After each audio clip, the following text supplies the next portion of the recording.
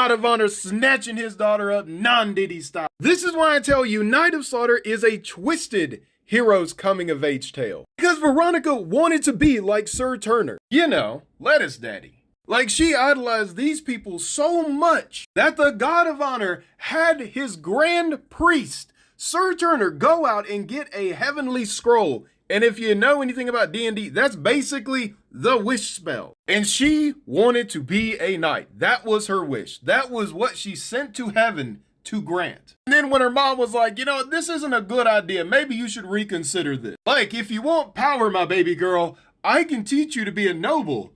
I can show you the world. I can make you literally anything. And then Veronica hits her with a cold ass line that makes her mom like, yo, it's the I want to be just like you.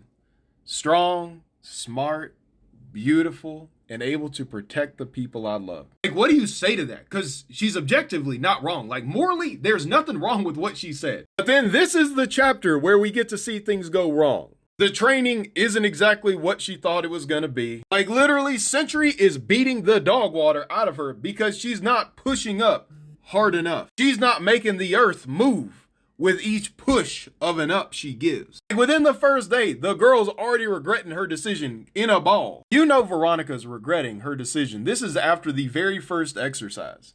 This is her whole demeanor right here. Look at this. Walks past her mom, no words, just looks. But the story really flips on its head when Veronica realizes this is truly not going to be what she thought it was going to be. That she wasn't magically just going to be born strong. Where every time she's given a tasking, she chooses to worm her way out of it. To take the easy route. Even with Contra telling her, yeah, this ain't going to work out like you think it's going to work out. She lies and lies despite the beatings and continues to complain.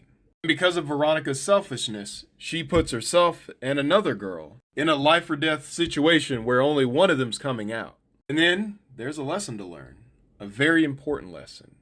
But even though she tries to keep her morals, the world still has consequences. And you would think after seeing the consequences of her actions, she would learn. But once again, despite the warning, she is prideful. She's been raised a certain way, and that's got to be undone. So the God of Honor chooses to make her learn a lesson. Will you take ownership of your choice? And she says yes. So when the other trainees needed her most because of what she's already experienced, all Veronica can do is give them a simple word and then go about her day. Which results in another lesson of accountability needed. When others are rightfully coming at her for her choice on how she handled that situation and blames everyone but herself and then tries to deflect, that's when the critical point has been reached. That's when a very hard lesson needs to be taught. Because even a God of Honor has to make serious examples sometimes. So he makes the most serious one yet.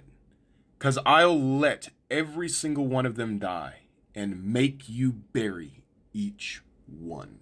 Because he's not wrong. The cost of his failings can cost thousands, millions, or even 1 trillion deaths. So in the grand scheme, what is the price of 23 children's lives? But hey, the new chapter's out right now, and you can get caught up by grabbing a physical copy of the Night of Slaughter.